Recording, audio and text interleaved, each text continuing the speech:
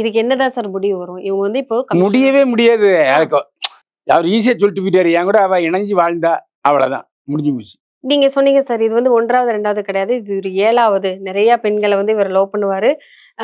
சொல்லப்போனா இவரு பேசுவாரு, பழகுவாரு. அப்புறமா டாட்டா பை பை சொல்லிட்டு போயிருவாரு அப்படிங்கிறத சொல்றீங்க. இந்த மாரி தொடர்ந்து பண்ணிக்கிட்டே இருந்தா, இது ஒரு முடிவா வரட்டும் அப்படின்னு சொல்லிட்டு கூட அந்த அம்மா வந்து நின்றுக்கலாம்ல. Press meet குடுத்துருக்கலாம்ல. எப்படி நிக்கும்? ம். நீயே முட்டாள்தனம் பண்ணியிருக்க. நீ ஒரு முட்டாள். இவ்வளவு பெரிய சினிமா உலகத்துல நீ உடன்பட்டு உடல் ஒரு அது வேற எல்லா லாட்ஜுக்கும் போய் தங்கியிருக்கோம்.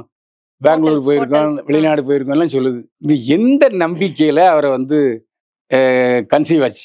அவரை பத்தி ஊருக்கே தெரியும். யார் யாரோட லிவிங் டுகெதர்ல இருந்தாலும் ஊருக்கே தெரியும். இதுக்கு தெரியாதா? சரி, நீ முதல் தடவையே விவரத்தாயிட்டு உனக்கு ஒரு குழந்தை இருக்கு. பேசாம சரி அந்த பையனை நம்பி வாழ்க்கையை நடத்திட்டு போயிட வேண்டியதானே? இப்ப போலீஸ்ல போய் கம்ப்ளைண்ட் கொடுக்குது. போலீஸ்ல என்ன சொல்லுவாங்க? சரி அடிச்சாரா? கூப்பிட்டு விசாரிப்பாங்க. ஆமா. அப்போ அடிச்சதுக்கான மெடிக்கல் சர்டிஃபிகேட் வேணும். அது ஒரு சின்ன கேஸ் போடலாம், போடாமலும் இருக்கலாம்.